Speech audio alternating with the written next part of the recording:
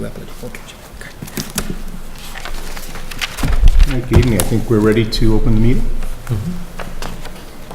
It is 7:03. Good evening. Tonight, this is the Appropriations Committee meeting. And tonight on our agenda, we do have first an open forum for anyone from the public who wants to step forward. Then we have approval of meeting minutes, budget review. Tonight we have Parks and Recreation. Steve Elfie is here. We have the town meeting report. We'll have some discussion on that later, and then we'll be able to adjourn. So I don't think there's anyone here who wants to come up and say anything. So I think we're on to item 2. I don't believe we have any meeting minutes to approve tonight. No. So I don't think we have any additional ones that are ready. So we'll go on. We're ready for our budget review. So we have Parks and Recreation here, and thank you for coming, Jay. Sure. And did you say you also, Ben, did you also have hard copies of the? Jay has them. Yeah. Oh, sorry. I can do that, Jay. So I do think there was also soft copies sent out. If you want to go that way. Yeah. The font's a little small, guys. Yes, Apologize for that. Yesterday. Oh, you can grab it. Thank you. Thank you. So, if you don't mind, I'll just make a few comments before we get going here. Sure. I'm sure the first thing that you guys are going to notice is that the number of the, I call it a general fund subsidy, went up from 127 to 148 this year. Largely, that is due to a pretty significant personnel cost adjustment that the town made last year, which is a little uncomfortable for me to talk about publicly, but basically, the town did a review, and the director's salary was significantly increased as a result of being in compliance with State Department of Revenue standards for salaries for the position. So that was a pretty significant increase in personnel costs, which is basically the entirety of the increase in the general fund. Which of the sheets are you going to speak from first? This one. Okay, first column. This is really the most important one. I included an analysis sheet that sort of breaks it down in a slightly different way. And the two sheets, I apologize, they don't exactly reconcile perfectly because I know the town had to make some adjustments to the debt service and to indirect costs. So they don't reconcile perfectly. I think it's off by $500 or $600. But some other things I wanted to talk about. We do have some revenue opportunities coming up this year. We expanded our summer playground groups. We extended the hours from 3:30 to 5:30 to sort of help working families who can't get out of work early. That was one of the things that we received a lot of feedback about that in the past couple of years. So we went ahead and expanded that program and increased the fee. So now you have two options. You can go with the old playground group, which gets out at 3:30 for I think $190, or go extended for $250. And we're already seeing a lot of enrollment for the extended, so I anticipate a good increase in revenue for that particular program. You know, we also started a cricket league this year with some really enthusiastic members of the community that I had no idea how. It's a religious experience apparently for a lot of people. So we built a cricket pitch in the over in Fruit Street on the grass, and we have actually two leagues that play there on weekends. So we're going to get we're going to see a little bit more revenue for Fruit Street, probably between $10,000 and $12,000. When you were building it, did you hear voices? They will come. No, basically we had some really enthusiastic guys come to a meeting and say pretty much that thing. If you build a real pitch, you'll have real interest, and yes, they will come, and they did. Good. So it's a nice it's a nice new program for the department and actually for the whole town. It's been pretty successful. No, it's great, and it has got a good reputation already, I'm hearing. It I used to does. go to Acton actually to play cricket, so now I can play in home ground. Yeah, and I guess there's a soft tennis ball league, Yeah. and there's the hard leather ball league, and from what I understand, those are two very different things. So, yeah, it's been a big success. We're seeing a big increase in, as you guys probably know, as padded contact football becomes less popular, non-contact football is becoming much more popular. So we're starting to see a big increase in our registration for flag football. So that's growing, and I anticipate that growing to continue to grow over the next several years. Another significant change in the way we're sort of recording things this year, and as Dave came on board this past year, Dave's been very supportive and helpful in helping us understand a lot more of the rules and regulations for the Department of Revenue. So in the past, and stop me if I'm not explaining this correctly, Dave, in the past, we have partnerships with a lot of outside vendors who provide programs. For example, Babe Ruth Baseball. We have a gymnastics program that we work with an outside partner. And in the past, we have collected all the registration fees for those programs. We've taken out our administrative fee and any field use fees or expenses that we incur, and then we pay them the net proceeds. In the past, we would record all of those registration receipts as revenue, and then we would record all of the disbursements as expenses. What we're doing now is we are creating a liability on a balance sheet instead. So as we bring in these registration fees, we're setting it up as a liability. Am I correct, Dave? That's characterizing that? So we're setting up a liability on a balance sheet.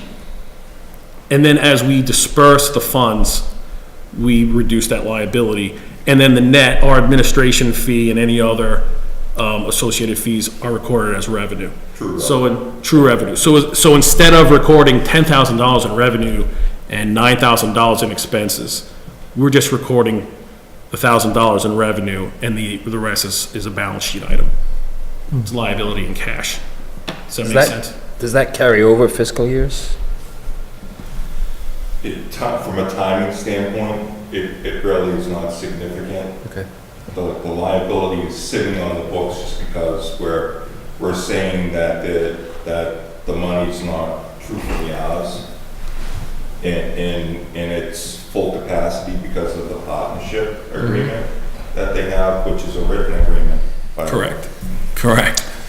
And so what ends up happening is that just because of timing, that we're still collecting the registrations beyond June 30th, which is the end of our fiscal year. It would just carry over to the next year. Okay. But What was collected after June? That's correct. Okay. Do we have any exposure from past years? No? I don't believe so. But if you look at the total revenues from 19 to 20, you'll see it goes from 592 to 522. That $70,000 reduction is a result of the new way that we're going to record that. And you'll see on the expenses, it's pretty much the same. We built as you guys know, we built a new facility over at Fruit Street. Indoor bathrooms, storage, a covered sort of patio, I guess. We're going to incur some new expenses on that, but we feel like the new revenue from cricket is offsetting that mostly. And we've also just recently contracted a concession proprietor that's going to cook food and serve food, and we're going to share in the revenue with that as well to offset some of our costs. But and Dan, jump in here anytime. We felt like to maximize that building and the investment the town made, that we do want to, people need to be able to get a hot dog and a Gatorade when they're down there. So we wanted to provide that service. Is it? I'm sorry. And another significant, there's a minimum wage increase this year from $11 to $12. That affects our personnel costs as well for our seasonal employees. So our counselors are now making It's the best job in the world, if you ask me. You're working 20, 30 hours a week at $12 an hour at 16 years old. And we employ a lot of kids, which is nice. That cost went up a little bit. I have a question, and it could be, I just can't recall, about the new the turf fields at the high school. Sure. Was Parks and Rec going to take advantage of using that field too, or was that strictly Yes. for the school? So there's no effect on our enterprise fund. We basically have set up, and Dan could probably explain this a little better, we set up a field replacement fund. So the revenues and expenses that run through that field are going through those accounts. So it's separate from our enterprise fund. But we are responsible for generating the revenue, the external revenue for those fields. But some Parks and Rec programs will be run on those fields at times, and we'll be pricing them in such a way that we're actually paying into the fund. So the revenue will not doesn't show up? I actually think that revenue is all in a specific fund of the schools. It is. Okay. So we won't touch any of that revenue, we're just helping managing it and helping, I guess, administer the MOU that we put in place in order to build the fields. There's a lot of oversight on that. I believe Tim's now part of that committee as well to sort of oversee the operational expenses and revenues that flow through there. But yeah, one of the things I'm actually concerned about, not so much that, but center school. I've built a significant piece of this budget, revenue and expense, mostly revenue, on running programs at center school in fiscal year 2020. One of the things that concerns me is that we've recently discovered that there could be an issue with air quality in there, and with the ongoing heating system that seems to be failing on a regular basis. So one of the things that concerns me going forward for next year is if I can't run programs in the center school gym, I'm going to have to run them in the schools, which is going to increase my expense. Because we pay, I think, $15 an hour for school gyms, and for the high school athletic center, I think it's $40 or $50 an hour. So that could be an unforeseen expense that I have to incur. Are there any programs at the marathon school right now? No, well, yes, rec basketball. I know that town rec basketball, we're running practices and games at the marathon school. For this year, most of what we did is we were able to keep center school in condition that we could run programs in there that had been run there in the past. But Dave Del Torio and company did a great job of keeping enough Band-Aids on that to keep it in acceptable condition. Like Jay said, I think there's a concern that it might drop to unacceptable in the fall, and therefore we'll have a different expenses associated with programs. Okay, I understand. I was just wondering if there was a backup plan. That's why I asked. There's a backup. There's a backup plan. We have a guy in town who's kind of the Mr. Basketball of Hopkinton. You guys probably know Jerry Spar. I don't know if anyone knows Jerry, but Jerry is really good at maneuvering practices and figuring that stuff out. So yeah, there'll be gym space and kids will play, but it's nice to have, to be quite honest, it's nice to have a gym that I don't have to pay any fees on. Well, yeah, so that's my question is, I mean, it sounds like finding a gym, you're not too concerned with that. We'll find the gym. But the cost. We have to pay for it. I mean, I like to think, and I know that this is simplistic, but I like to think that, we always talk about one town, one solution. And, it's really taking the town's money out of one pocket and putting it in another when we're talking about using the schools. But are there actual increased costs? Like, I don't know, are janitorial fees higher and things like that? Exactly. So I think Jay can speak to this, but I think we're able to run center school with just a kind of on a reactive basis when it comes to going and doing that. And I think the staff that maintains the schools, the properties that are owned by the schools have got specific contracts in place, so there's minimum timeframes and all that. You can't Whereas center school, you can go unlock one door, let people in the gym. Yeah, and then empty the trash barrels on Monday. Yeah, got it. Which is nice. In a perfect world, I wouldn't have to pay I still, I'm never gonna understand why one town department pays another town department a fee to use a gym, but that's above my pay grade. So So, to that end, Todd, though, that there's at least 30-something thousand dollars in the budget that are interdepartment transfers for the fine work that DPW does for us. and finally, I wanted to comment, if you look at the bottom, you'll see a reserve for extraordinary and unforeseen expenditures for $25,000.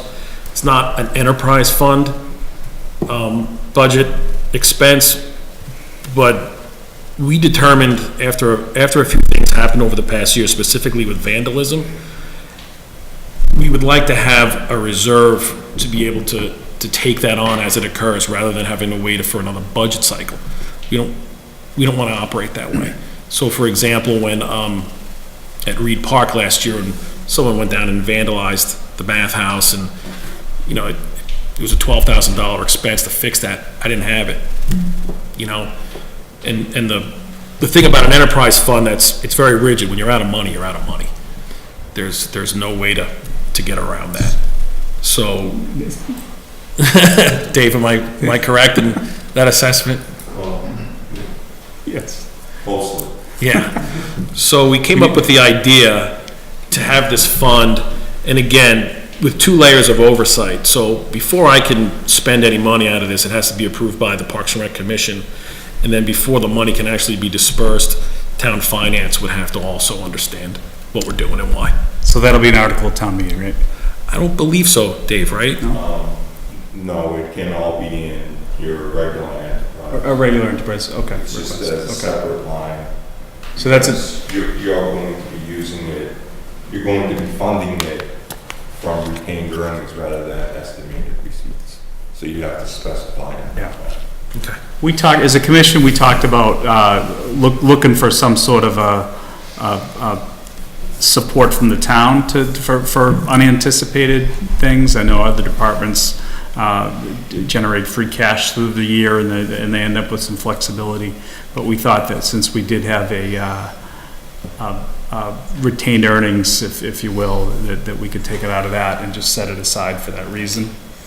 Picked $25,000 because we didn't want it to be too significant of an amount, and we like the idea that there's a lot of oversight between Jay and the commission, and also the town finance department, to make sure that it isn't a cookie jar that we're going back to.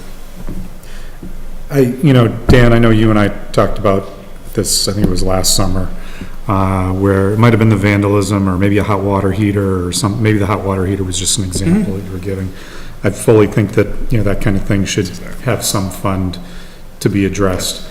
Is this something that could be addressed through facilities, though, or is there something that stops facilities money from going over to Parks and Rec? So the answer is, it depends who has ownership. In reality, is who's responsible for the repair and bill, unless there's a verbal or a written agreement between the parties to do something. Okay, so the reasoning is that is because the Park and Rec, water and sewer enterprise funds are operated as a quasi-business operation. So the DOR statement is that you have to track all revenue, all inflows, all outflows, revenue and expenses. So it doesn't matter that it's town or the whole, they're actually separate from operating, in a sense that they have to record every transaction, whether it's internal within the town or external or whatever, where internally we could have indirect costs, informal indirect cost agreements that says, we're going to cover this, you cover that, and that's a wash. The enterprise funds have to do things so that they're recording every transaction. Yeah, may I add that the commission also felt like you know, given the way the chart is written and what our responsibilities are as a Parks and Rec Commission, we felt like we should have oversight over this type of thing, and it shouldn't need to go through a whole bunch of committees in order to deal with an emergency. We've written this in such a way that we're not gonna go out and buy new uniforms for Little League with this money. Yeah. It's really just so that we can meet on a regular basis and vote on it. And after Jay kind of vets that it's an acceptable expense, and move forward and address the problem, and not have to vote on it and then wait for a Board of Selectmen's meeting and then wait and wait and wait. Yeah, and I'm thinking more from the standpoint of centralization of similar expenses, you know. Cap is a pretty small number. Absolutely, absolutely. You know, I just think of, you know, vandalism on Town Hall, vandalism at Reed Park, you know, how much did we spend on vandalism this year? You know, that kind of thing. But, yeah, I'm just curious about the Managing it more as a P&L, that's why you have your own reserve, so it ties to your. Yeah, and I believe that the spirit of this is that if we spent $10,000 of it during fiscal '20, we'd be back in the 2021 budget to kind of, to address it, to replenish it. Certainly, that's true. You still have to make sure that you can maintain your revenue levels along those lines and/or your subsidies. Yep. Okay. So this was the conversation I wanted to have, where I didn't quite understand. So is there $25,000 in the account, in the enterprise fund right now? Or do we have to are we funding that? So yes, it has to be. June 30th, 2018, balances for all enterprise funds. Just like the town has free cash. Right. In the enterprise funds, they call it certified retained earnings. Yes. It gets certified by the Department of Revenue, just like our own general fund free cash. And so that is available to be spent and appropriated and spent. Okay, so that's the final line in the document that says the use of the certified retained earnings, which is $25,000. That's correct. And moving forward, if you have to spend into that, then that'll be in the following year's budget to replenish that, I guess. Yep. So we'll be allocating this 25,000 from retained earnings to a reserve. So, That's correct. okay. Yes. And Dave, is this the only department that's doing it, or we have other similar? So the only one that would be able to do it is the enterprise fund. The town already has a reserve fund that exists under your committee. And it's budgeted for $125,000 and has been historically. Right, and that covers everything else. That covers the rest of the town. Except water sewer though, right? Because they're enterprise. Except for the enterprise funds. Do they have one? A reserve? They don't, they haven't come forward and asked for us to create one. And so retained earnings as a funding source has to be appropriated. Okay, so it's just because the money's there doesn't mean they can spend. Okay, and so as a source, so for their FY20 budget historically, what happens is they're anticipating revenues. Okay, and so they've done so. They've anticipated their revenues. Now they said on top of that they wanted to create a reserve. So they got locked into what their revenues were, what their expenses were, and now they said they need another $25,000 to establish this reserve. So the only source available is if they have the money on hand. Okay? And that's what they're doing. They're saying we have it in our certified retained earnings. We're going to appropriate it to be spent potentially into this reserve fund. So, in a Parks and Recreation organization, any of my colleagues will tell you as well, anticipating revenues is a lot easier than anticipating expenses when you're managing facilities, because there's just things that happen. lightning strikes and you have to replace what, you know. So this it gives me a little bit of peace of mind, really, is what it does, so that I can address things presently, rather than having to wait, as Dan said. And I'm just curious to know, what happened to the vandalism? Do we have cameras, or did you have any follow-up? So, on that? that's a good point. We are gonna install cameras at Sandy Beach, probably in the next month or two. I'm working with the town IT department on that. We had, some money that we got through CPC for that purpose. So we are gonna do that. We're first gonna do Sandy Beach, then I think I'd like to do Fruit Street, then I think I'd like to do EMC, because we're gonna invest in a new playground up there as well this fall. So yeah, unfortunately, we will have to install security cameras because things happen. Makes sense, yep. Jay, I had some questions just under the revenue side. And Sure. maybe your comment about how we're recognizing the revenue and all that answers some of this, and maybe not. First of all, I mean, I'm looking at the boat permit line, and that seems like it's all over the place. It is. Why? People Did just we aren't. really only have people- $50 worth of revenue in So 2000? what's happening is people are coming down and they're writing one check for their beach pass and their boat pass. So in the office, the ladies are, they're receiving that check and we're depositing it, and I'm not, I actually would like to eliminate the separation of boat and beach and just consider it Sandy Beach revenue. Because it's really becoming difficult to differentiate between the two. The other thing is, people have figured out that you can launch your boat and then go take your trailer down to Price Chopper and not have to leave it there. So that's what people are doing. So they're just not buying permits? We're not selling a lot of permits, and most of the people in town who are getting them are over 65 and they're free. So, that's just the policy. Same with the beach passes. Yeah. So, we sell all our beach passes between May 31st and July 15th, Yeah. basically, so we know. But yeah, it's Does that make sense to hire one of those $12 an hour high school kids just to, look at passes before people launch boats? we have them down there. Oh, you do? We do. We have parking lot attendants and we have lifeguards. And the parking, you can buy a beach pass at the beach.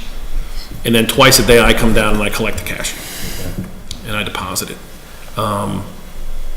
But yeah, if we don't have parking lot attendants at the beach, we will have 400 people there from neighboring towns by 1:30. I think what Jay's suggestion is we check people before we check and see if trailers are parked legally, as opposed to whether someone is launching a boat has a pass. Right. To have a trailer. It's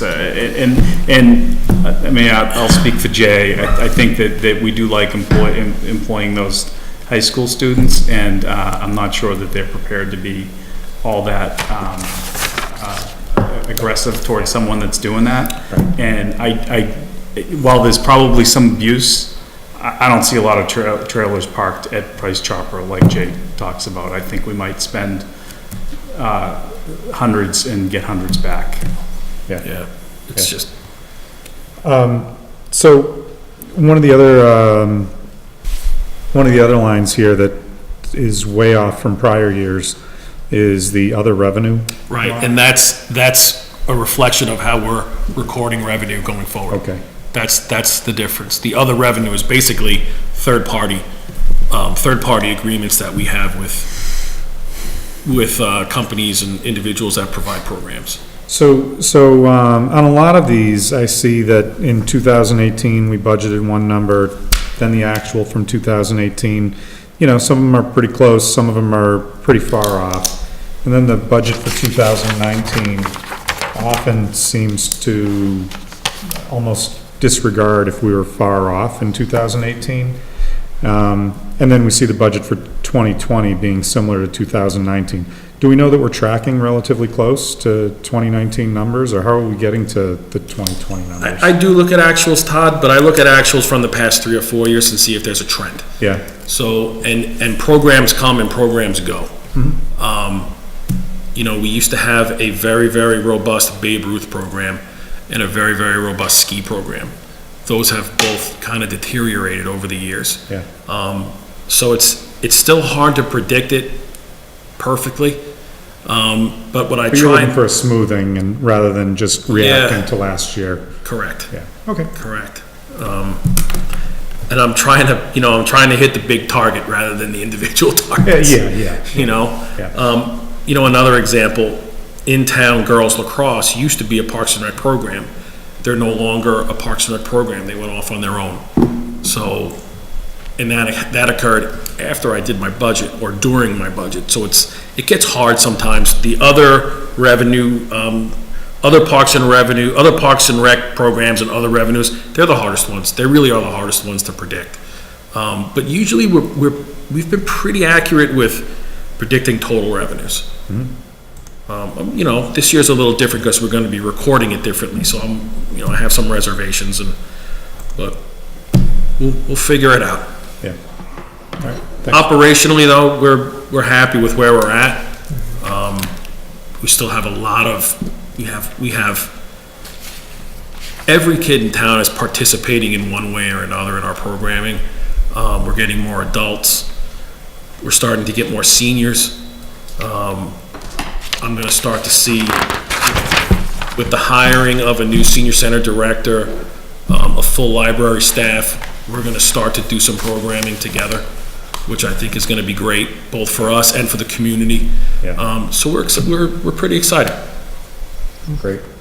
We'll see what the commission looks like in May, but I'm still pretty excited.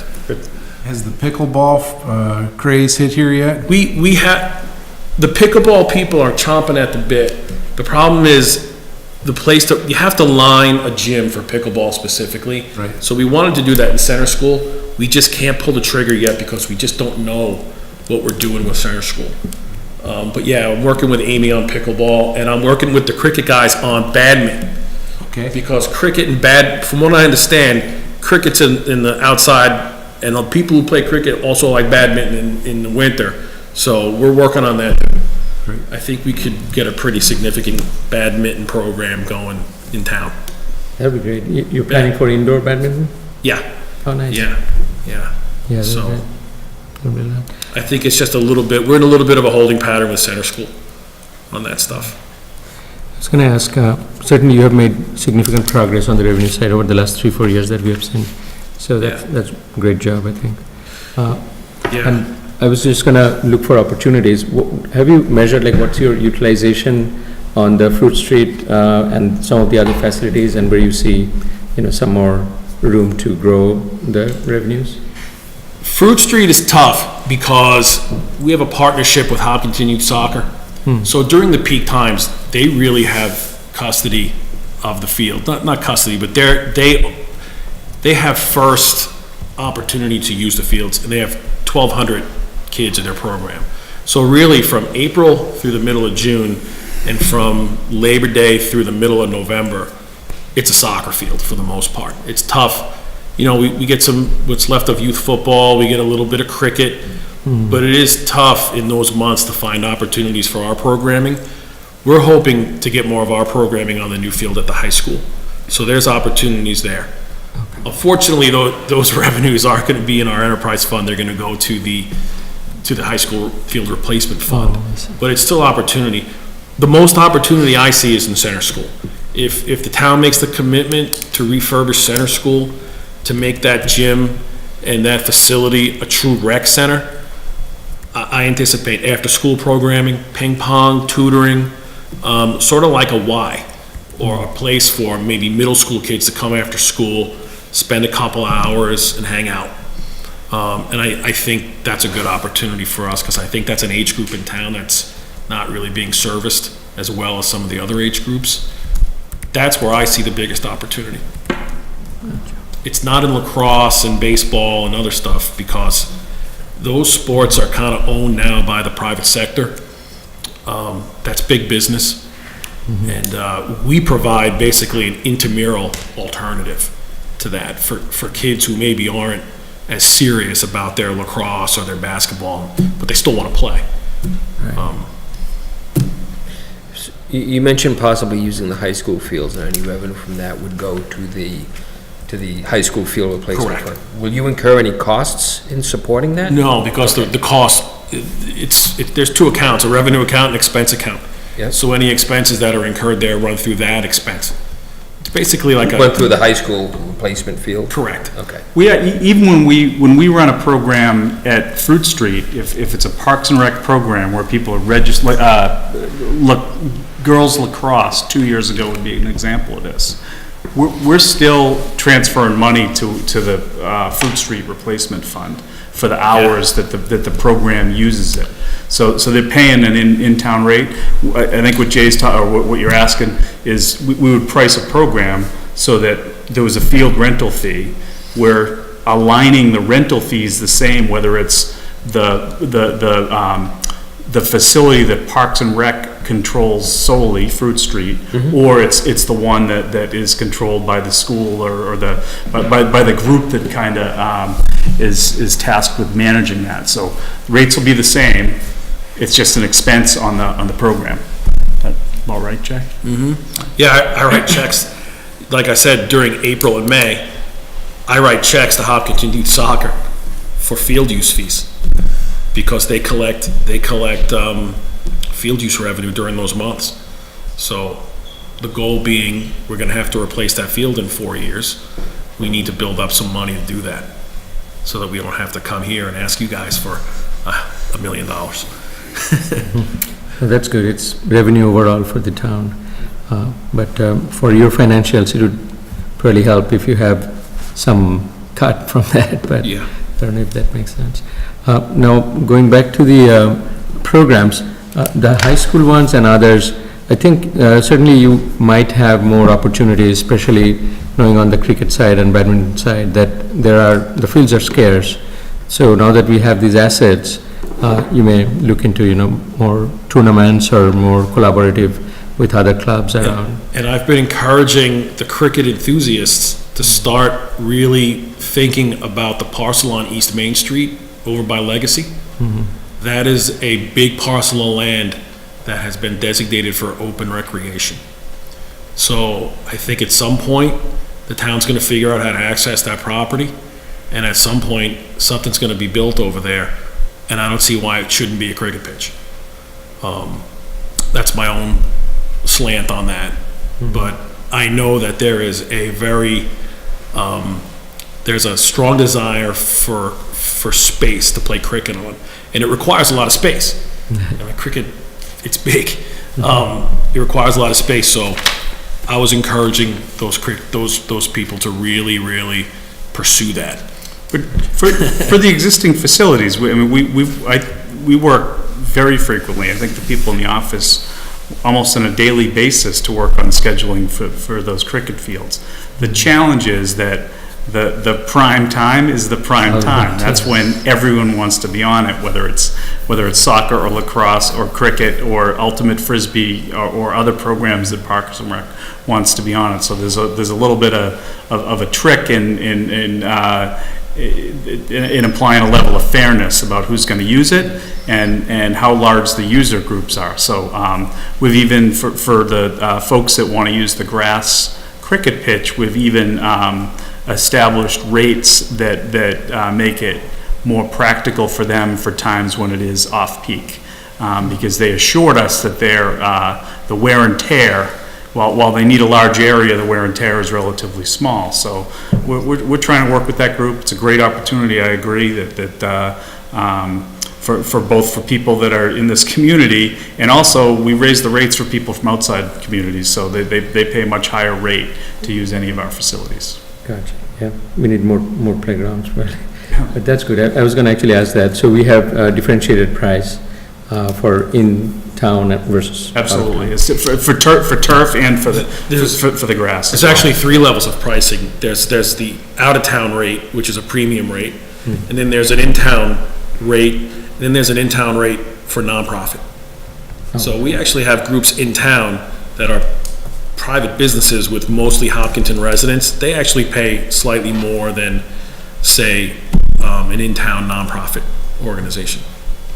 So how does that work? I thought I was told that, at least for the in-town versus out-of-town, that the rate had to be what it costs us to operate, and we couldn't we couldn't operate it, you know, quote unquote, for profit, with any one group versus another.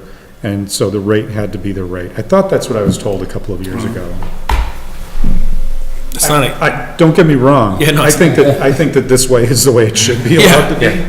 But it's a tricky balance, right? Because people feel like, hey, listen, I pay pretty high property taxes. Why do I have to pay an additional fee to play on fields that are owned by the town? But yet there's a cost to maintain those fields. Yeah. So we try and price it, as, you know, we try to make it as fair as we possibly can. We do a lot of calculus on that to determine what does it cost to maintain this grass? Okay, it costs $18,000 a year. So what do I need from cricket? And what do I need from soccer? And what do I need to cover that cost? So you start to back into a rate by going through that exercise. And you try and come to an understanding with all parties of what's fair and with full disclosure of what you're trying to accomplish.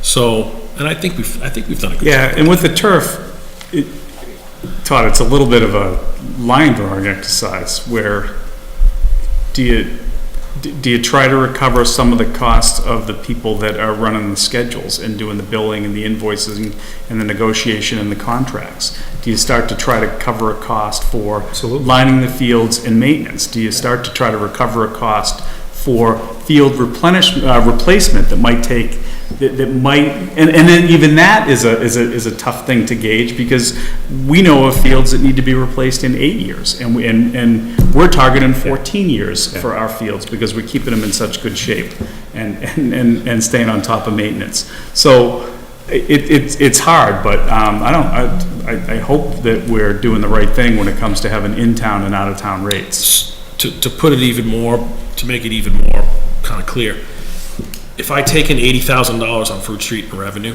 60 of that will come in 4 weekends from outside soccer tournaments. 4 or 5 weekends. That'll usually come out to about 60 grand.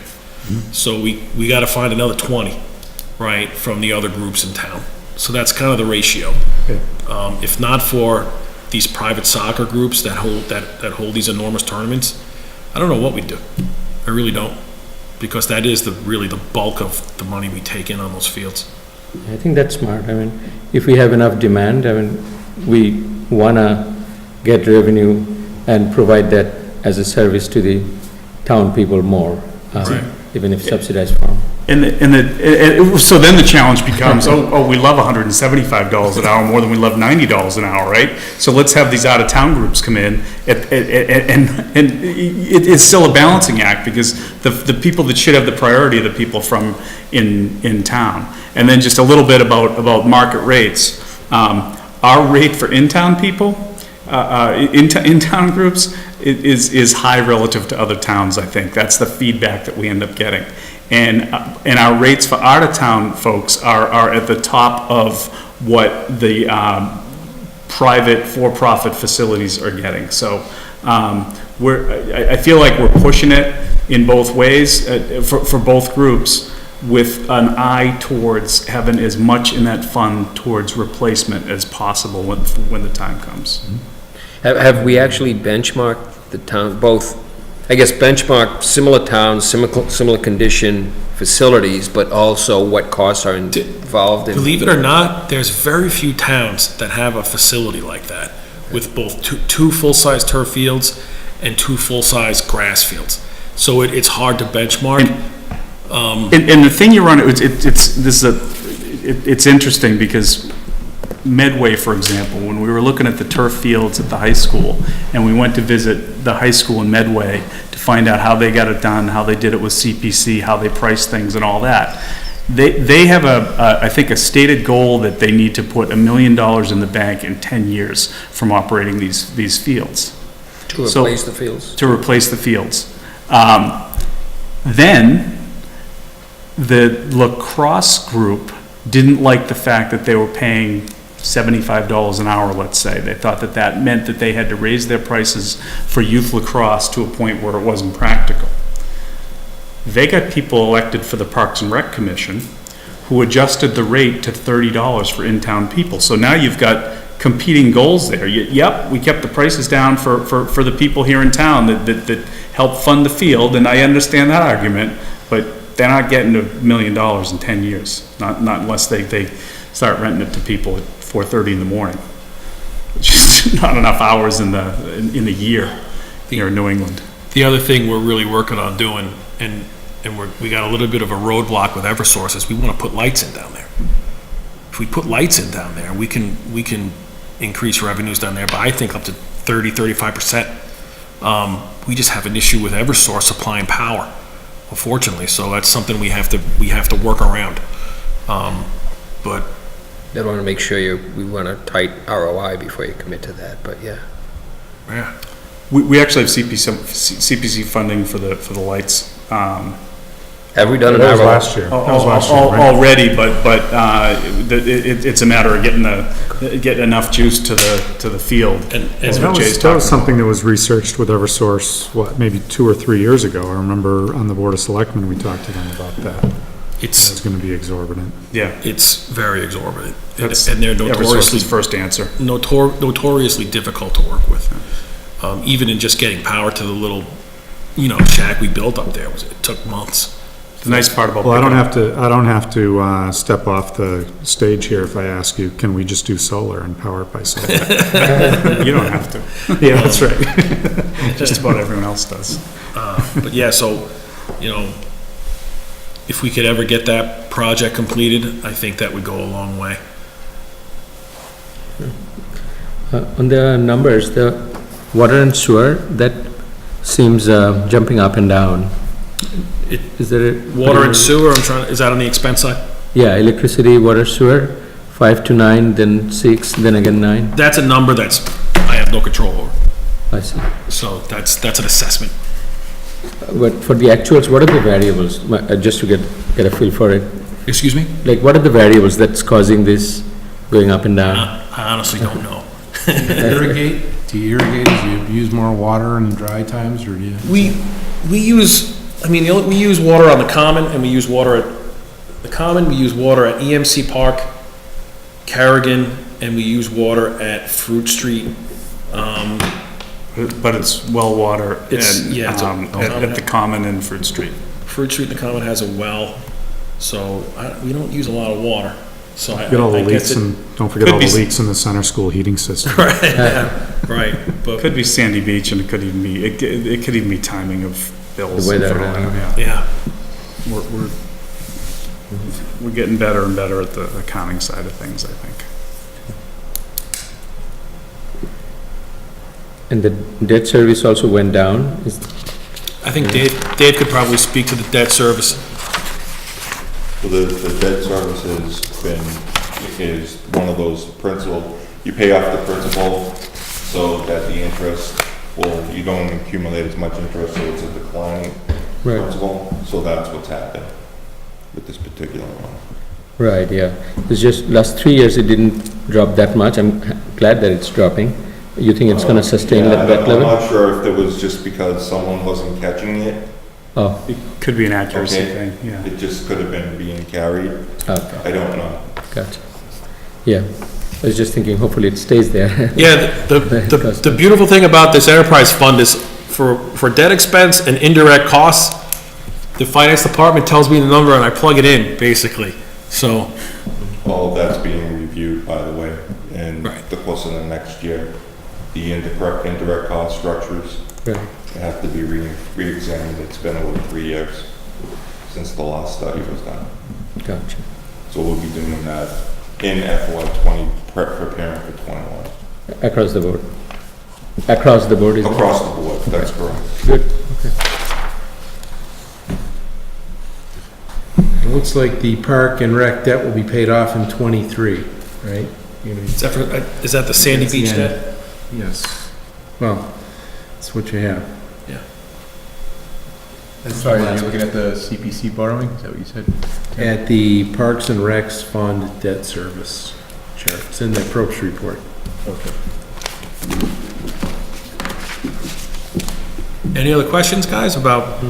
If I could just make a comment, so,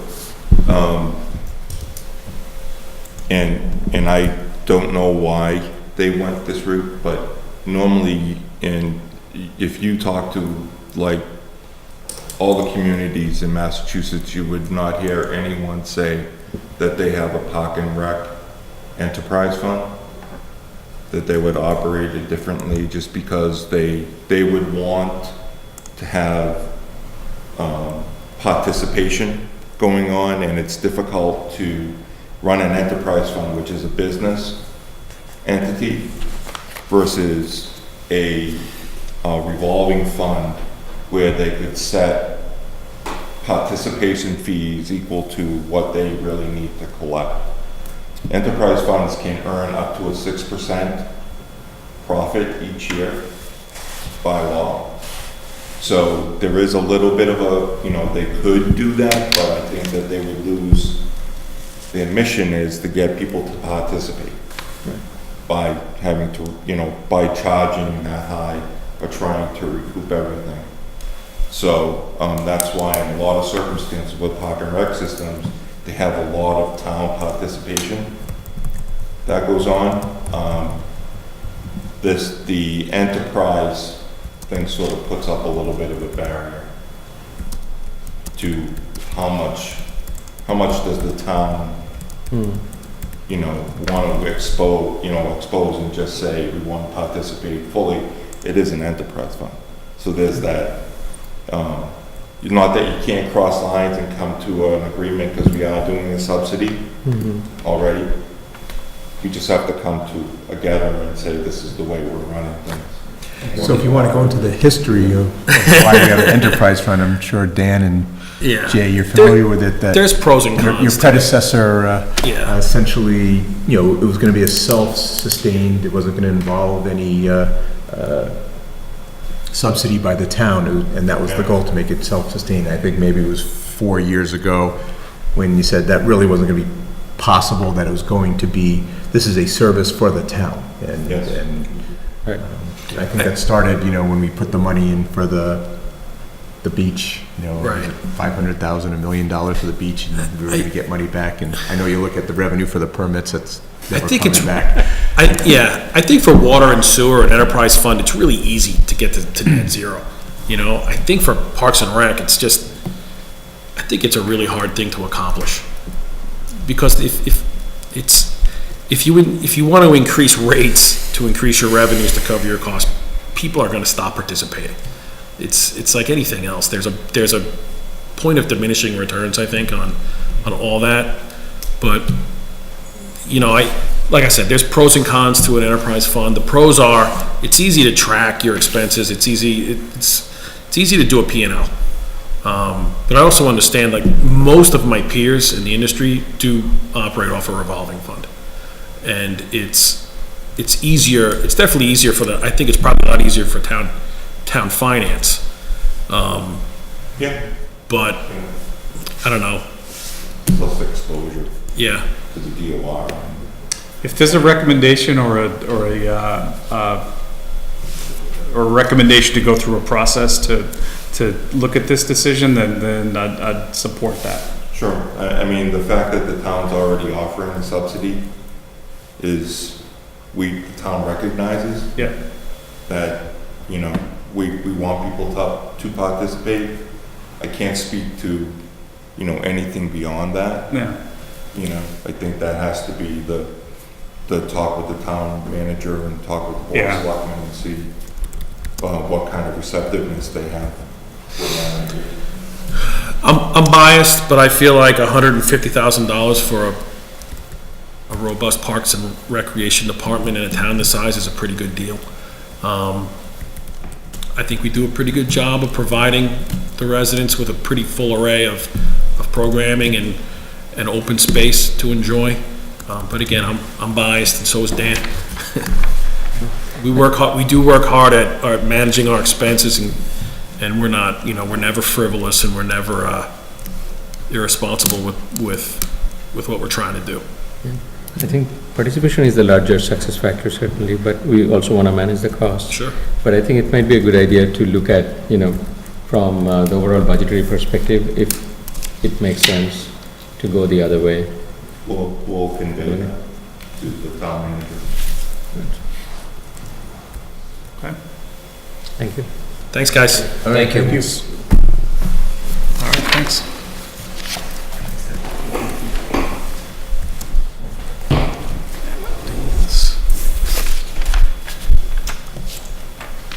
Okay. Okay, next on the agenda is our Appropriation Committee town meeting report discussion. Great. We provided you a draft yesterday, late yesterday afternoon, early yesterday evening, as we said we would. And it's in many respects similar to the previous years, but we think we made some significant improvements in it. We included some sections on some of the topics we discussed, like the pension, and a slightly different cut on the OPEB. I'm going to call up my copy here. And we included some information on the investments that the OPEB is involved with and the other trust funds are involved in. And really are, at this point, providing that to you as the first exposure draft to see if you have any feedback. Really, I think the biggest change is all the information on the debt. And when you look at the long-term health of the town and capital planning, you really need a clear picture of the debt. So probably that slide on page 20 that shows what the general fund debt service looks like is the most illustrative. And it has the three lines. The solid blue line on the bottom shows the actual debt that's been issued. The next one shows the things that are authorized that we think are going to be issued, and at the rates we think they're going to be issued at. And then the top line, the thin, fine line, is what the debt would be if everything going to the town meeting is approved, you know, the fire truck and the other capital articles. So that you really see how the debt tails off. I think we're going to add the data charts that build these graphs in the appendix so people can see year by year what the numbers actually look like. The graphs are good, but we took them from landscape legal size to portrait, and we lost some of the precision in the scale on the x-axis.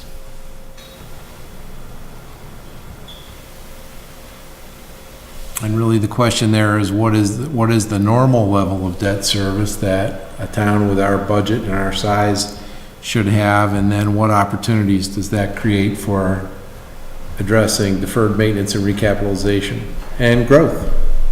Right. New things you may want to do or think about or recommend. Yeah. And just to clarify, you have included authorized, unissued. Right. Not issued, not authorized. Have you included anything in that actually? Those are the things that are in the warrant this year. Okay. So that's the things that we believe will be going to the town meeting for consideration. And so you can see if everything on the warrant gets approved, that's how the debt line changed. We thought that was a pretty good thing to show. Yeah, that's good. On some of these debt service charts, can we start the chart 5 years back at least? So that way people don't just see where we are and that, okay, it's going to be getting lower in future years, because future years it's only going to get lower if we don't have town meeting. Right. Yeah, we can try to do that. I think we can. I don't see why we can't do that as long as the data is all consistent. We don't want to skip data sets. So I think we have the data set going back at least a couple of years as one common data set. I don't know how old the data set is. And if there was a cutover, I don't want to try to cobble together two data sets. But Yeah, but things like, CPA, that should be pretty easy one to track over the years. That's a good suggestion, and we'll take a look at that. Thanks. And get on it. I think we have the actual debt service for the prior years, because we've been doing this for Yes. how many years, so that, Yeah, it Just making definitely can be achieved. I just don't know how, yeah.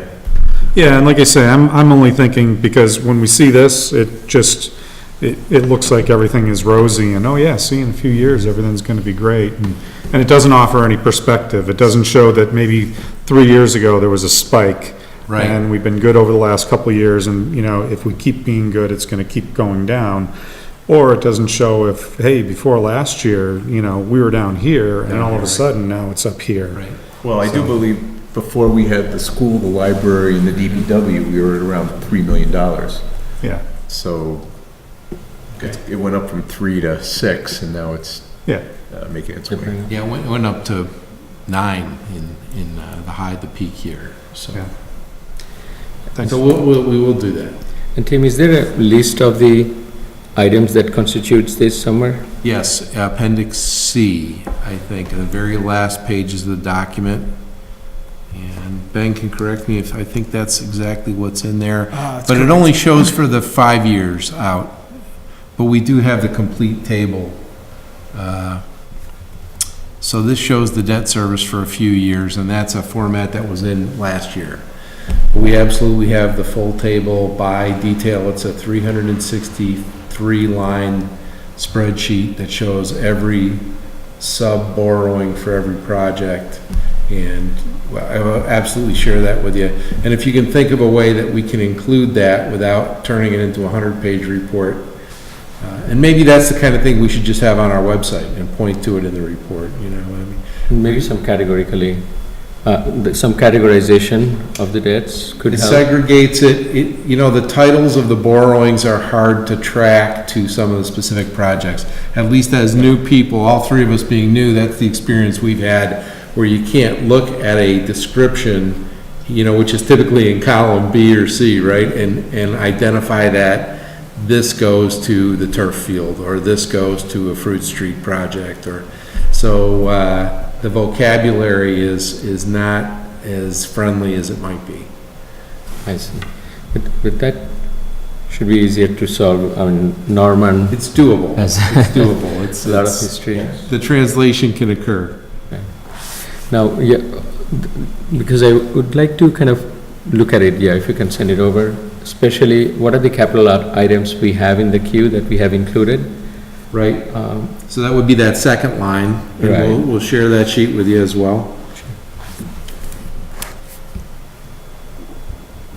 And again, we're trying to figure out what's the right level of detail to present. We certainly want to share everything with you, and we want you to have any set of data you want. We have a lot of information that we put out, like, I think in the annual report last year when I was scanning through it, we saw that somebody spent $7.32 on a rubber stamp on July 8th. And that's totally meaningless information to anybody. It doesn't mean anything, it doesn't tell anybody anything, it doesn't help understand the cost of a program or the value proposition. It's just information that's being put out because everybody wants to be totally transparent. So if we can take some of this information or this data and turn it into useful information, that's really what we'd like to do. And, you know, any ideas you have about how to do that are very much appreciated. Sure. And on that same note, Tim, do we have a similar with the total outstanding debt? Yes, so we have it by fund, and that chart is the product of that data set. So what underlies that chart on page 20 is that data set. That's all the outstanding debt in the general fund, and then we have a cluster for Parks and Recs, water and sewer. And that's all data that we use to build those charts. Yeah, what I was saying is this is for the debt services. Right. Oh, the actual debt. The actual Yes. Oh, debt, sorry. yeah. So we have that, you know, it's funny, we've been having that discussion over and over again, and I missed your Yeah, no. cue on that. So that's we show it for the current year in one of the two pie charts. People love pie charts, so we kept two. And they're on about 16 or 17. And one of them is the debt service pie chart, and one of them is the debt pie chart. So the debt service pie chart on page 18 and 19. 18, yeah, 18 shows the debt and interest for all the funds, and then 19 shows all the debt for all the funds. So it's $94 million in debt and interest. That's outstanding. Oh, I see, 94.2, yeah. General, community. So I'm looking at the tax impact versus inflation chart, Great. and for fiscal year '20, how'd you come out with 1.5% inflation? I went to the U.S. Department of Labor, Bureau of Labor Statistics website, that was footnoted in last year's report. And I took a rolling 12-month average off there, which I think I footnoted there underneath the chart. So that's what DOL is saying right now. So I don't know if we predicted what it was gonna be next year. I think we just kind of said this is what it currently, for year over year at this time, because. Well, that's what that number is, and maybe it's titling and headings, but I think that's how it was done last year, because you can't know. But what we took, we know what the tax impact is going to be next year now, and we know what the inflation rate is, the 12-month rolling inflation rate is. So we can improve that footnote if there's specific words you like. Because I remember last year, they go, what's the inflation rate? I knew I looked it up and said at this time, because it goes by month. Right, So right. for the month of May, year over year, it was 3%. At this particular time, it wasn't a projection, it was what it actually is. And that is what it is for the last 12 months. It is. According to the BL. Yeah, fuel's down, energy's down. So they break it out by components, and then there's all CPI. Well, the next month it's gonna go up, if fuel's back up. If it goes up next, usually fuel goes up in October, but, or maybe the summer driving months, is that what you're thinking? Well, the price of. It's already You up. go to the gas Oh, the station, you price look at the of- price of fuel, the price of fuel. I drive a Land Cruiser, I don't even look, I look the other way when I pump, so. If you want, I'll send you the link for that. Okay. And certainly we can change the footnote and use a different computation. We know that's a popular chart, and we wanted to keep it. Well, I like the chart, I don't know if others like it. 'Cause- Well, if it's popular with you, it's popular with us. I think we all like it, Mike. So we're really looking at the narrative. You can see there's a detail section, and there was some narrative, and some of it talked about goals, some of it talked about change. We want to restructure the message there, so we tell a common message across all the departments and have a common sequence and common look and feel. And we want to try to blend in a little bit of start on some performance metrics.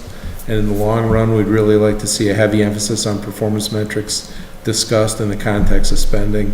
So we're trying to make some progress in that direction in the next few days, to at least take some baby steps in that direction.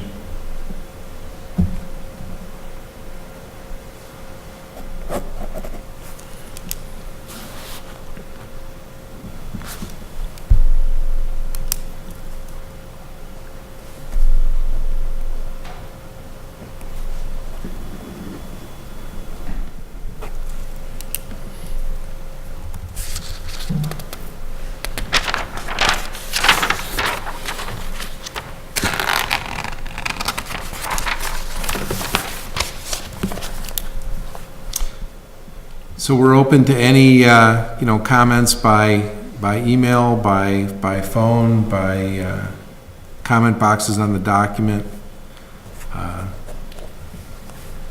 Again, a couple things we just wanted to really put on the record. We have short-term funds that are invested mostly in, demand deposits, basically money market funds or municipal depository trust funds, and those are really safe and really liquid, and they have very low returns. And then we have the stabilization funds that we really want some availability to, and we have those in about 30% equities and about 70% more stable investments. So we're trying to capture some market return in those stabilization funds, but not, when we need them will probably be during a market downturn. So we really want to think about how much of those stabilization funds we have in equities. And then in the OPEB, which is a long-term liability we're trying to address, we have that 55% in equities. So I try to do some benchmarking to see what other people have for their averages. Florida runs a state fund for OPEBs, and they let people invest either 50, 60, or 70% in equities. So there are people who are taking quite a bit more market aggressive position on their OPEB than we are. I don't know that I would recommend going beyond the 55, and in fact, when everybody was talking about recessions a couple of weeks ago, I was starting to get nervous about the 55. So we're really open to any ideas about what our risk profile would be. Really, our investment advisors can give us the right batch of investments to meet our risk profile, but they can't tell us what our risk profile is. We have to decide that. We have to decide how much we want to chase market returns in these funds and how much we value safety and liquidity ahead of those market returns. And we thought it was good to bring this discussion in. This document's been focused mostly on the spending side, and we really want to talk about the whole financial stewardship piece a little bit more. And this is helpful. I think we could add some more visuals, but we'll think about that. Some more visuals in terms of kind of expressing some of the information trends, but we'll think about that and get back to you. Great. And one question about our investment distribution portfolio. Do we have any financial advisory that we go to time to time? We do. The town treasurer is responsible for investments, part of his statutory duty, and he has hired a firm, I believe they're headquartered in Worcester, Bartholomew and Company, and we've been with them since October of 17, I think. October of 17. And so our stewardship role is to assess whether they are delivering the kind of returns like customers are getting for us and what their costs are. And they're a pretty low-cost provider of service, and we're assessing the kind of returns we're getting, that other people are getting from like portfolios. So that's something we think we should start doing on a really a periodic basis. We should have a formalized method of assessing the performance of those funds. We're also looking at the general deposits we have. We have some in banks and we have some with the depository trust, and we're looking at that strategy to determine what the proper mix is. There. There's an argument that we need some funds with some banks who buy our debt and who support us in a debt way as kind of a business partnership arrangement, but we probably don't need to have more money than gets our debt served. And our debt is very attractive because of our bond rating. So that's another strategy point that we're looking at. How do we maximize the return on those funds? And so, we have a kind of a sawtooth pattern of our revenue. Property taxes spike for us twice a year, and then our expenditure line is more steady throughout the year because it's 75% payroll, and debt service is another big component of it. So our expense line is very steady and our revenue line is spiked. So in a given month, we might have $35 million in deposit accounts. So it's well worth our attention to make sure that money, even if it's 1% or 2%, that we're getting what we can get out of that while serving our need for security and liquidity.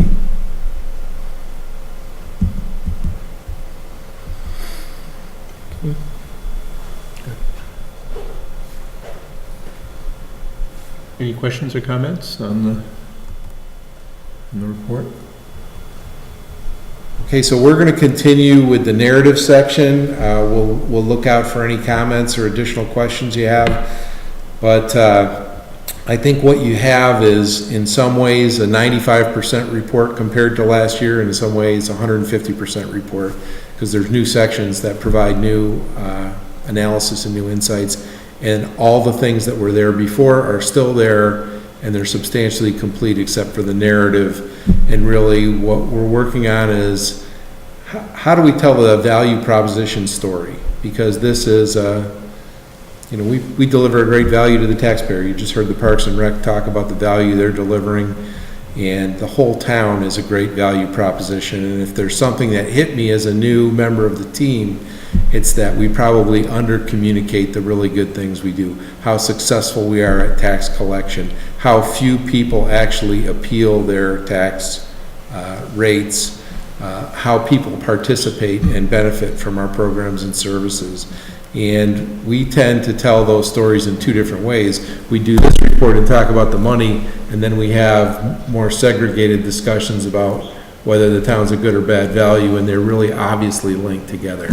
Because when you buy anything, whether it's an education or a car or a vacation, you're looking at the cost and the value. So to the extent that we can link that more in this year and in coming years, that's really a high priority for us.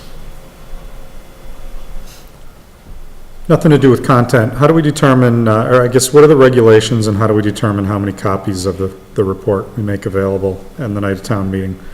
Because obviously we want everybody who wants one to have access, whether it's online Right. or, you know, a hard copy. And you can't really determine who has access online. But it makes me sick every year when I see how much See 'em. paper, you know, is just wasted at the end of the night. So I'll find out what we can know. Curiosity. If there's a you know, definitive I answer know it's to not a that. scientific answer to come up with the right number, but, Right. You know, I think by putting it out in advance, trying to make it available to as many people as possible, is one thing we can do, but you're right, we don't want to have anybody come in and not be able to get a report. If there's content that you think is in here that doesn't need to be in there, you know, this is kind of like grandma's basement. Things have gotten added over years and years and years, and we're trying to take a fresh look at it, and, you know, maybe there are some levels of detail that aren't valuable. This is actually only like our third year of putting out this kind of comprehensive report. Okay, so- I'd like to think that the standard is that it's at least worth the paper it's printed on. Yeah. The information is at least worth the paper it's printed on, okay. All right, so we have 2 meetings next week, and I guess Tuesday would really be a final edit look at this, and we'll try to bang it out, and then Thursday will be a public hearing on this report, and you'll take a vote on the report at that time, and we'll be well ahead of schedule, and we'll have completed your duty. So it's next Thursday is the public hearing, Yes, and it's already posted? correct. and what's on the agenda for Tuesday? I think the report, Just, that's it? And when do we have the votes for the warrants? When do we vote on?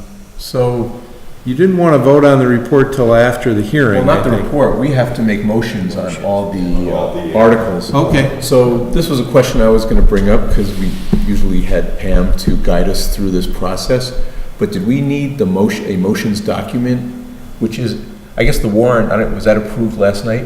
The warrant Or was Tuesday night? partially approved last night. They didn't approve all the articles. So the articles haven't even been approved yet by the selectmen. So, but we used to have a motions document, or did you just have a, you know, I would say a cheat sheet just for each one based on the warrant itself? I'm looking at you, Wayne, because I know you were the one who, I don't have Pam's script. I always read it off her script. Well, I'm sure we could use. but did we have a motions, do you recall if we had a motions document at that time, or we were just doing it based on the warrant? I remember doing it, she had the cheat sheet she had made, and we were using a warrant for the details. Kind of summary of the warrants. And I wasn't here last year, because I was living on an airliner, but the year before. Okay. Yeah, usually she created a cheat sheet or summary of the warrants. Yeah. But who prepared the warrants? I thought Well, our finance helped with that. well, the financial articles, but, you know, you go through the attorneys who help generate the warrant, but when we approve that, we want to pretty much use the same wording. You know, we have to know the numbers, we have to know, and that's not in the general warrant itself, that'll be in the motions document. So that's why I'm wondering, do we have to wait? I think we could do some of them, but I don't think we have the actual numbers. Yeah.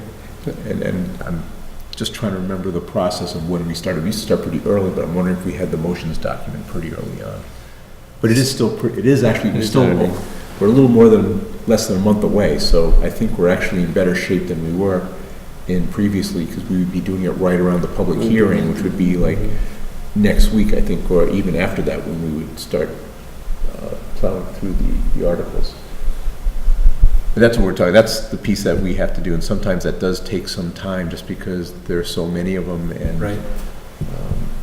So the Board of Selectmen are gonna approve the final articles on the 23rd, and we will find out, how your piece fits in there. This is a new thing for me, so I'll find out what the institutional memory is on that, and we'll get back to you on that point. So, Mr. Chair, my other question is, when do we have any conversation on the budget? Gone through a number of meetings with different departments, listened to what they had to say.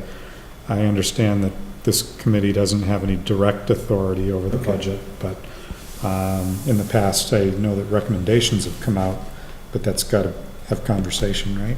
Okay, we can definitely, I think we can do that any time. We're still discussing the budget, we're discussing the budget message, so I think at any time we can discuss that, or especially if we want to send a message back to the Board of Selectmen. I don't know when their next Well, it's the 23rd.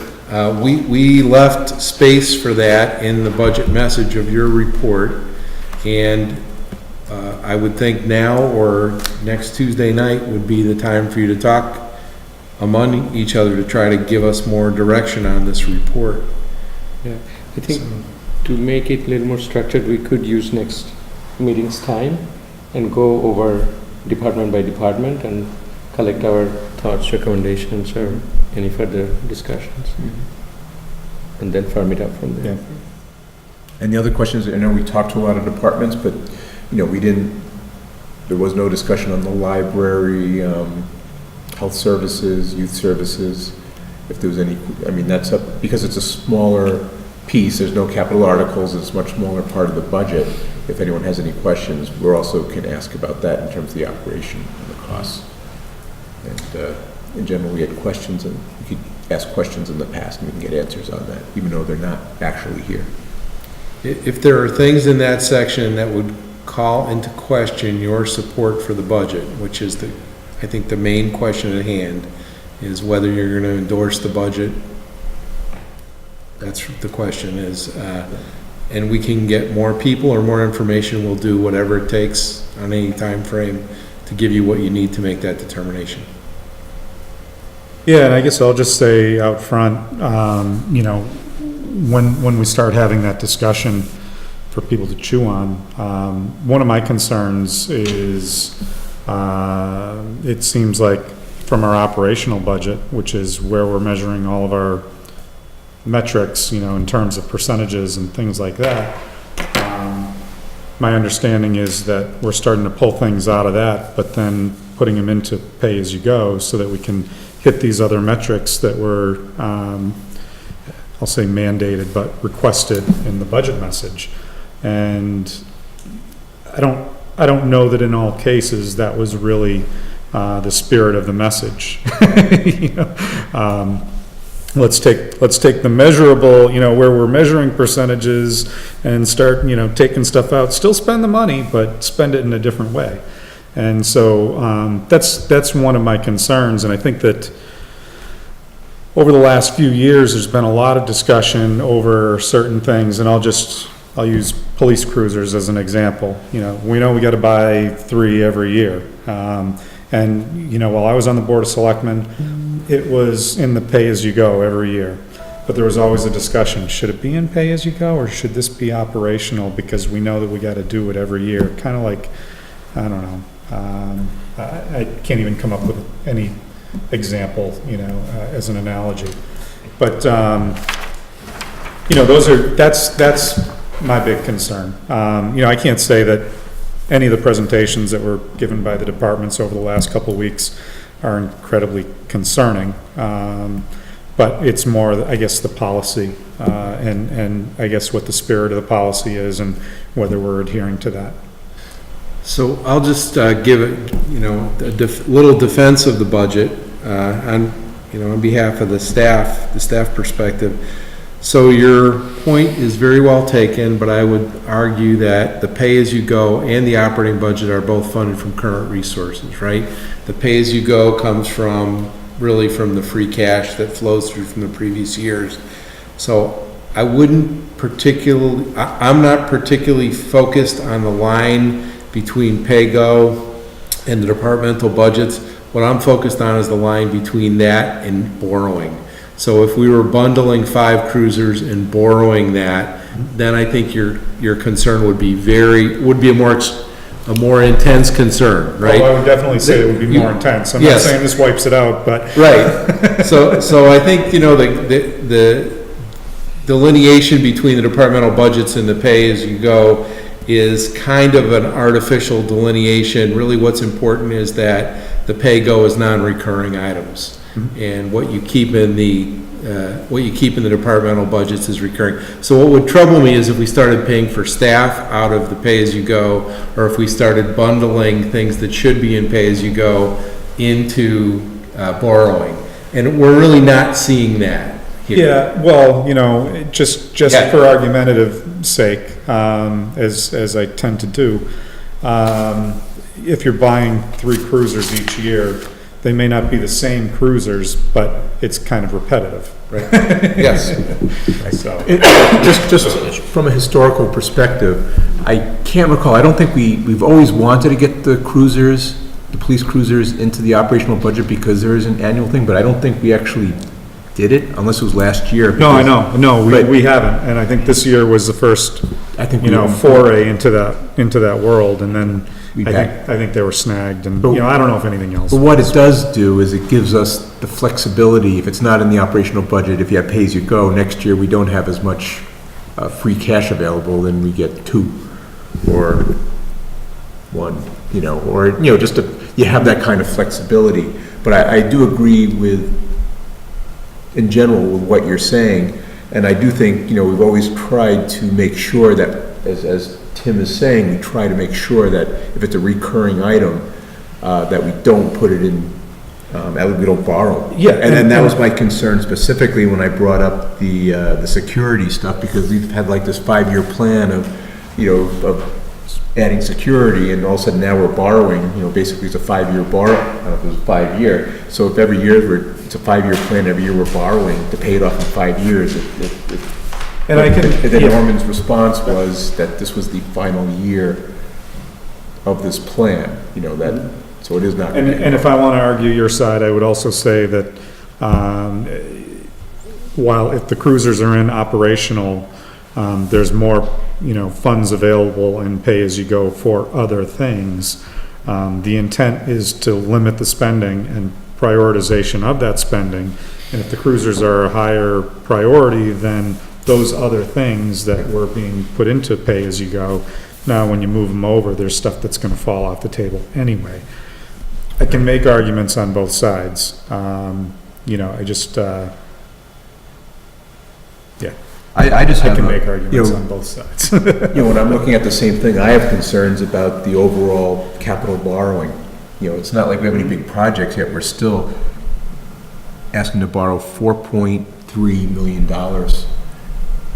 for short-term borrowing. That, to me, is a lot, and I do have concerns there, and I understand the ladder truck is 1.2 million, and that is getting towards the end of its life, and we have to be proactive about that. But, when you have 1.8 million for the sidewalks, and I know it's been put off for a couple of years, but we're still digesting the taxes and the increase from the 3 big capital projects, the buildings. Yeah. And, So you're right that 70% of the total capital borrowing recommended is for those 2 projects, the sidewalk expansion and the ladder truck. And those are exactly, the concerns you're having and the thinking you're doing is exactly what needs to occur, and that's why those long-term debt charts are important to look at. And maybe when we add the backfill, it'll tell a different story, and it'll help inform that.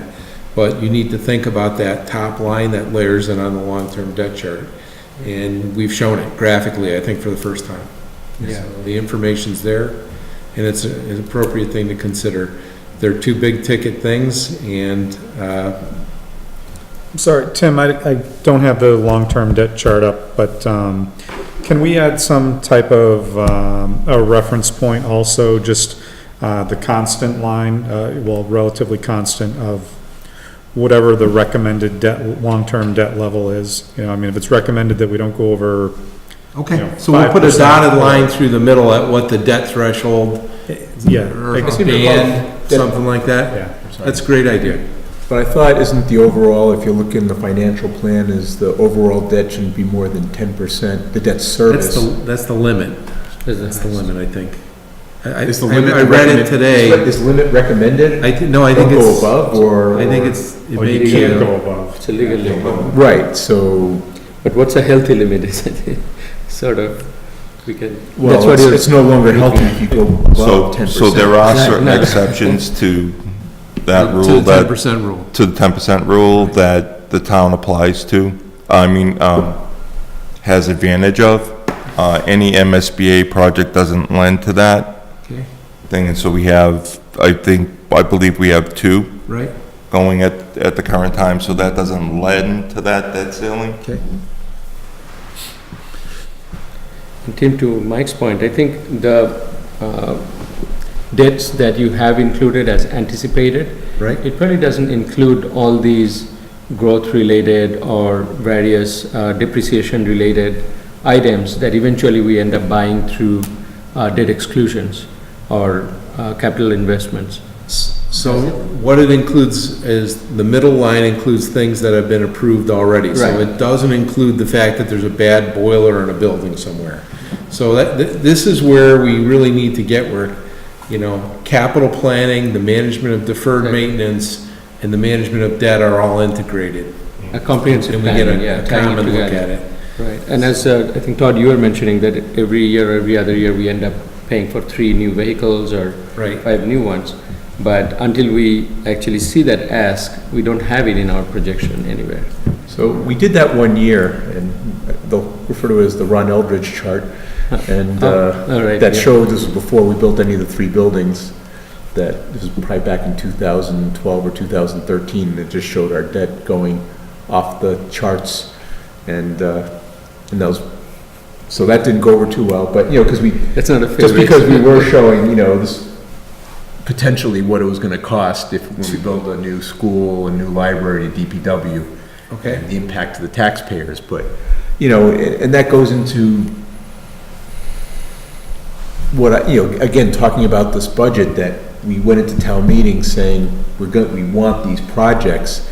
I did a rough estimate that I was gonna add, you took it, what we're paying, including, contractual stuff in our budget, it was gonna add 10%, these 3 projects. So the fact that we're trying to squeeze it down to stay within, Prop 2.5 or a 2.5% impact is just a challenge. And I think, like you said, we're moving things out. We're trying to be, it's almost the point of being creative with the budget. And that's really because we should be, last year, that was the last year, the big year of the increase, and it ended up being 5%. And I thought we were lucky to be at 5%, because that was the year, I think we all got hit at the same year. Almost all 3 projects went on a little bit the year before, but most of it was, if you look at the tax impact the year before, it was like 3%, but then it went up to 5%. I thought it was gonna be a 7% hit, because that's when we should have gotten that 10%.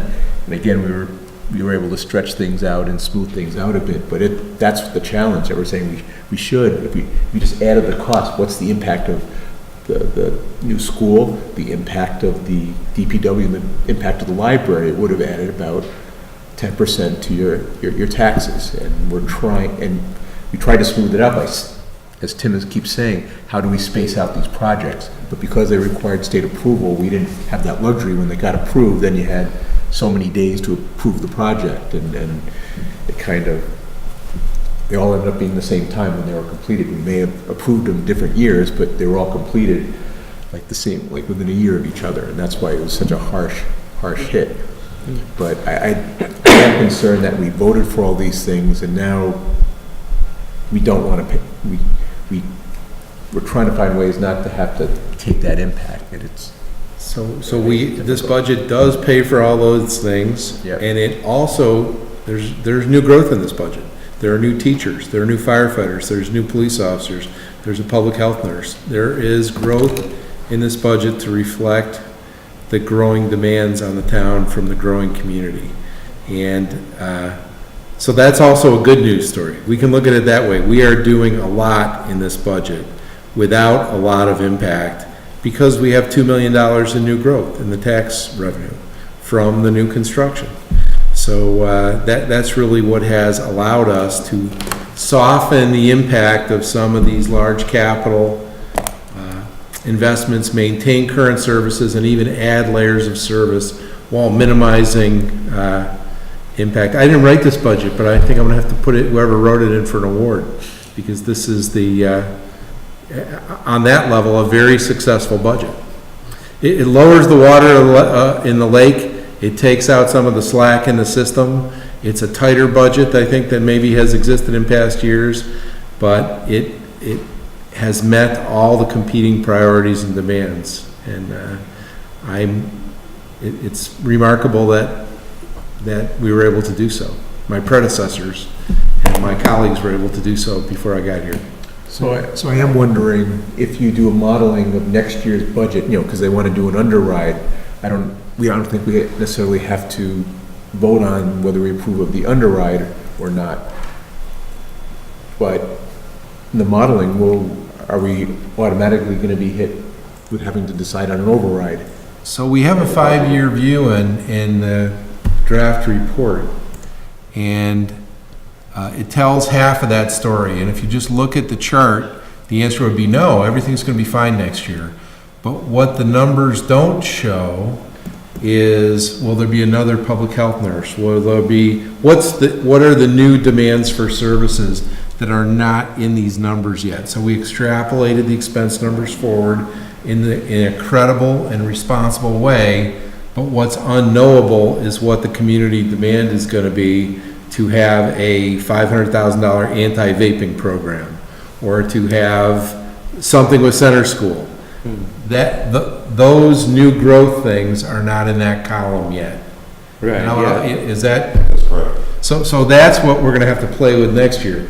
So our 2022 projection has us funding the OPEB at even a higher level.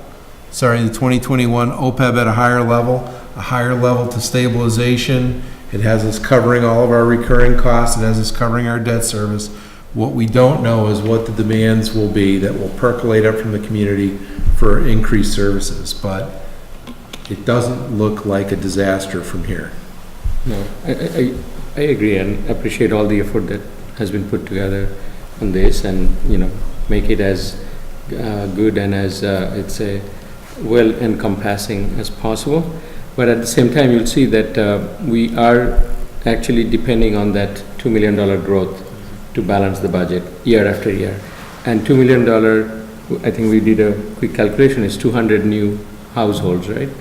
And that will include new students and new pressure on police, fire, DPW Yes. and all. And you extrapolate it to 4 years. Now you have, 800 new houses. Even 80% of them have students. You're looking at 600 new students or something like that, or 480. And do we need a new school at the time?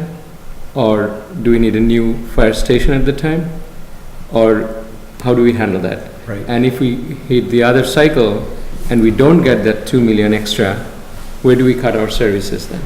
Do we have those scenarios kind of analyzed or planned? I think those are some of the questions to ask, and see how better we can plan and manage for those. Yes, sir, you're absolutely right. We are projecting growth down in 2021 from 2 million to 1.8 million. You'd like to think that when growth goes down, the demand for services is going to be on a parallel glide path. I guess the worst case would be if services demand continued to rise and revenue dropped. That would be a very difficult situation.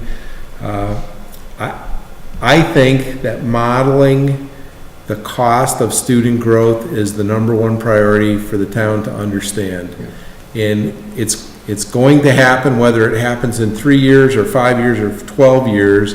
It seems very clear that this is a highly desirable community, and until infill housing is no longer an option, we're going to continue to have student growth. The trick is, what is the spread of the x-axis on that, right? So when do the next 100 students come in, and how do we plan for that? And I would say many of the other things that we spend time looking at are much less important than that one question. And I know everybody has an opinion on it, but I haven't met anyone yet who has the data on it. So that's something we certainly hope to focus on this year. I mean, I thought the schools had a very good chart when they showed here's the predicted growth based on, here's the build out of the big projects. So they had I that think- range, which was, I think, but the range Yeah. was almost 100 students. But I think you could do the same thing with, here's what the new growth is gonna be, because they did actual projections on how many buildings they were gonna put in, so that could be the base. That's the kind of analysis that has to happen. So when you're looking at the growth, you have to look at the marginal cost of each student, which is not the average cost. It's very different from the average cost. As any big family can tell you, you can add another kid or two or a set of twins, but when you take in 7 new children, then you need another bathroom, 2 bathrooms, you need another laundry room, that's when you get to those lumpy points, right? So it's not linear. These costs are linear within relevant ranges, but they're very step functioned over the larger horizon.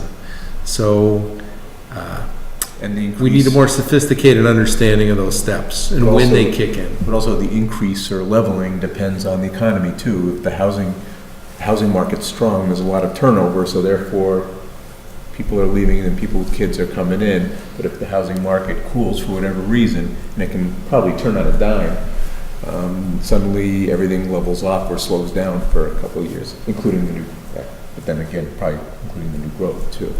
And how do you predict that? You can't really predict that out 4 years. So it needs a lot of work. I've heard people say we need more over 55 housing, and then I hear about this phenomena where you build 55 housing and people move out of 5-bedroom homes into the 55 housing, and then you get 12, 6 kids moving into the 5-bedroom house.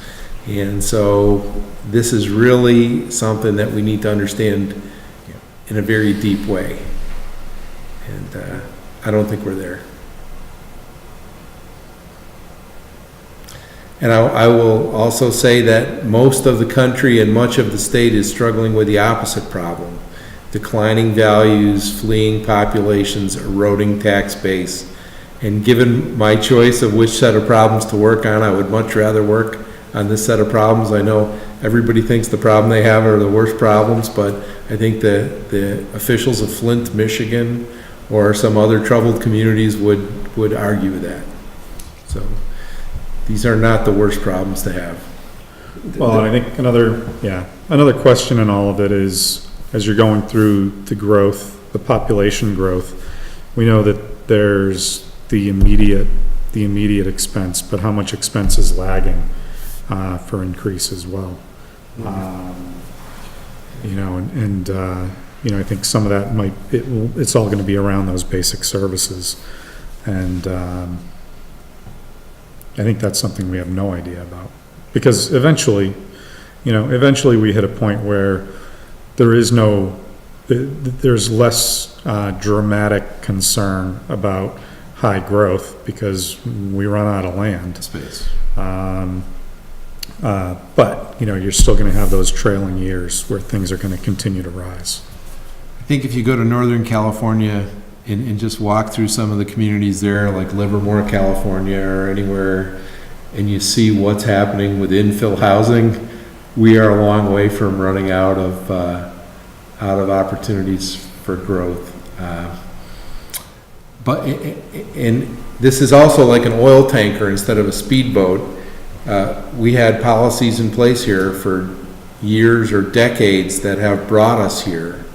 And I think there may be limited options in terms of how quickly and sharply we can turn this oil tanker. So, I think the larger concern is we are using growth money to operate and without accommodating the investment for growth. we used growth money. We used growth money to fund a lot of the new services that we're adding this year. And I don't think it's unreasonable to say that there might be a dividend to the legacy owners, the long-standing owners. Let me be careful about the use of the word legacy, but by the long-standing owners from this growth. There is a growth dividend. I don't know that we're ever gonna need a bigger jail here. I mean, we're not gonna have a doubling of all of our costs. You know, our jail is plenty big for the level of crime we have, and, so this is what we need to be working on over the next few years, is to understand this growth phenomenon. Dave, you had something you wanted to add? So he's, to his point, in the overall picture, we are dependent upon new growth. And responsiveness to the growth is happening this year, as Tim spoke to. We all have to remember that there's more resources that are available to the town. That, we get state aid, we get local receipts. These are all part of the process. And we also were using, for at least the last couple of years, we've had some great return on free cash. Okay, which is, it's all part of how we build our budgets. Are we planning adequately in our budgeting structure so that we'll get a good return through good management, fiscal responsibility, and just the economy, because people are doing things and paying fees over and above our conservativeness and estimating. So it's part of the whole picture, it is a big focus. New growth is a big picture here. There is a high dependency, but it's part of the whole picture. We have to look at the whole thing together. Yeah, I agree. And I think that's what Tim's talking to when he speaks, that we have to look at all of these segments and make sure that they're going to maintain these levels of expectation. I think we are resonating on the same, and we are all kind of looking for that comprehensive plan, looking for that connected kind of budget and forecast and various models. And I'm not too worried about the jails, as you mentioned, but more about the schools or fire services or DPW. That's more tangible and really relevant services that impacts the quality of our lives. Yes, sir. Good discussion. Thank you. All right. Todd, is this the discussion you wanted? You didn't have to answer that. Tangential to it. When it's more specific, I'm sure you have specific by departments as well. Yeah, I just assumed that at some point we're gonna talk about the budget, very specifically about the budget, and what the feelings are on that. So one way to do that would be at the next meeting to go through the section that has the line item appropriation, and the chair could walk through that, and you could have a discussion. That'd be a perfect template for it. Okay, we'll do that on Tuesday. Yeah, and if that is not something that's happened in the past, and it seems to be outside the purview, then that's fine too. We generally have, but there have been times when we've been asked to trim the 0.5% off or 1% off or find 500,000 to trim off. So that's when we really had to go off on each line item one by one and go through it. And the fact that we're there at the number we need, are we looking to trim more off, or are we looking, it's really to ask the questions at this point, or make sure everything's done, your I's are dotted, your T's are crossed, and there's nothing sticking out.